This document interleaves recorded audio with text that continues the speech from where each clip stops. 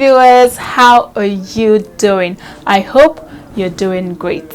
Well, it's a beautiful and wonderful day today in the studio, and I believe that wherever you're watching from, you are staying safe. This is This Week in History. You agree with me that there is a need to look at the past in order to make meaning of what is happening in the present and to also foretell the future. This Week in History is a program that takes you on a jolly ride to what happened in the past. And I am Patricia Bassi, ever ready to keep you updated and informed. Don't go anywhere. We'll be back right after the break.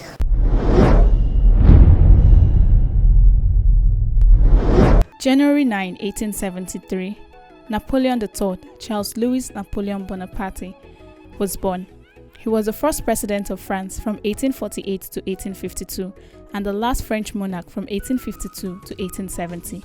First elected president of the Second French Republic in 1848. However, in 1851 he seized power by force when he could not constitutionally be re-elected and became the Emperor of the French. He founded the Second French Empire and was its only emperor, reigning until the defeat of the French army and its capture by Prussia and its allies in the Franco-Prussian War in 1870. Napoleon III commissioned a grand reconstruction of Paris. In foreign policy, Napoleon III aimed to reassert French influence in Europe and around the world. In Europe, he allied with Britain and defeated Russia in the Crimean War, which lasted 1853 to 1856. His regime assisted Italian unification by defeating the Austrian Empire in the Franco-Austrian War and later annexed Savoy and the County of Nice as its deferred reward. At the same time, his forces defended the Papal States against annexation by Italy. January 9, 1957, British Prime Minister Anthony Robert Eden resigned in the wake of the Suez Crisis. Eden, 1st Earl of Avon, was a British conservative politician who served 3 periods as Foreign Secretary and then a particularly short term as Prime Minister of the United Kingdom from 1955 to 1957. Achieving rapid promotion as a young Member of Parliament, he became Foreign Secretary at the age of 38. Before resigning in protest at Neville Chamberlain's appeasement policy towards Mussolini's Italy. In the year 1935 to 1938, Eden became Foreign Secretary while Britain had to adjust its foreign policy to face the rise of the fascist powers. He supported the policy of non-interference in the Spanish Civil War through conferences such as the Nyon Conference and supported Prime Minister Neville Chamberlain in his efforts to preserve peace through reasonable concessions in Germany. In April 1955, Churchill retired and Eden succeeded him as Prime Minister. He was a very popular figure as a result of his long wartime service and his famous good looks and charm. His famous words, "Peace comes first always," added to his already substantial popularity.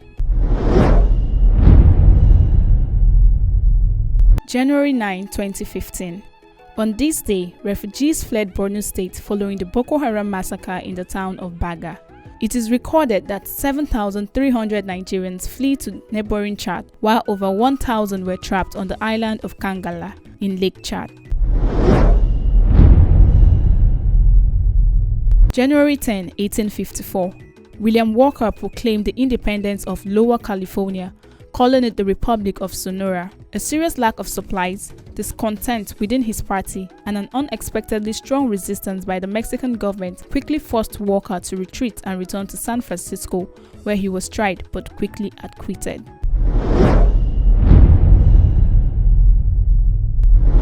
January 10, 1918, the U.S. House of Representatives passed women's suffrage. The 19th Amendment for women's suffrage was also known as the Anthony Amendment in honor of Susan B. Anthony.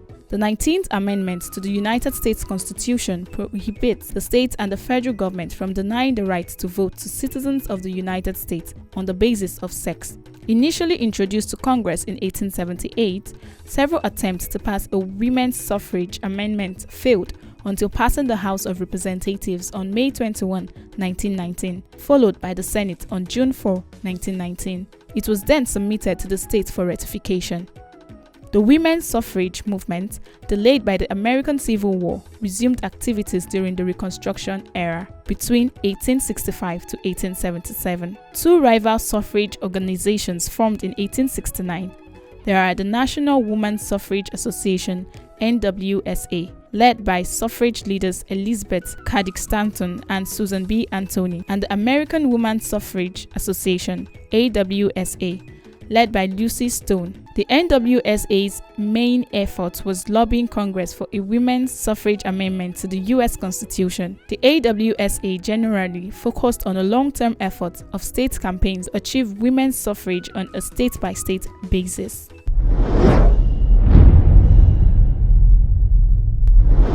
January 10, 1957, Reverend Martin Luther King Jr. organized the Southern Christian Leadership Conference (SCLC) to fight facial segregation by means of non-violent protest. In 1986, David J. Garrow authored Bearing the Cross, Martin Luther King Jr. and the Southern Christian Leadership Conference. Luther King met with about 60 black ministers and leaders to Ebenezer Church in Atlanta. Their goal was to form an organization to coordinate and support nonviolent direct action as a method of desegregating bus systems across the South. In addition to King, Bayard Rustin, Ella Baker, C.K. Steele, Fred Shuttlesworth of Birmingham, Joseph Lowry of Mobile, and Ralph Abernathy of Montgomery all played key roles in this meeting, which led to the formation of the Southern Christian Leadership Conference. January 10, 2009, in Nigeria, leaders of ECOWAS, West Africa's regional economic body, suspended Guinea's membership following a military coup in the country. What a mystery. A lot indeed happened in the past. Well, this is where we draw the curtain today on the program. Till I come your way again, be good. And please subscribe if you're yet to do so.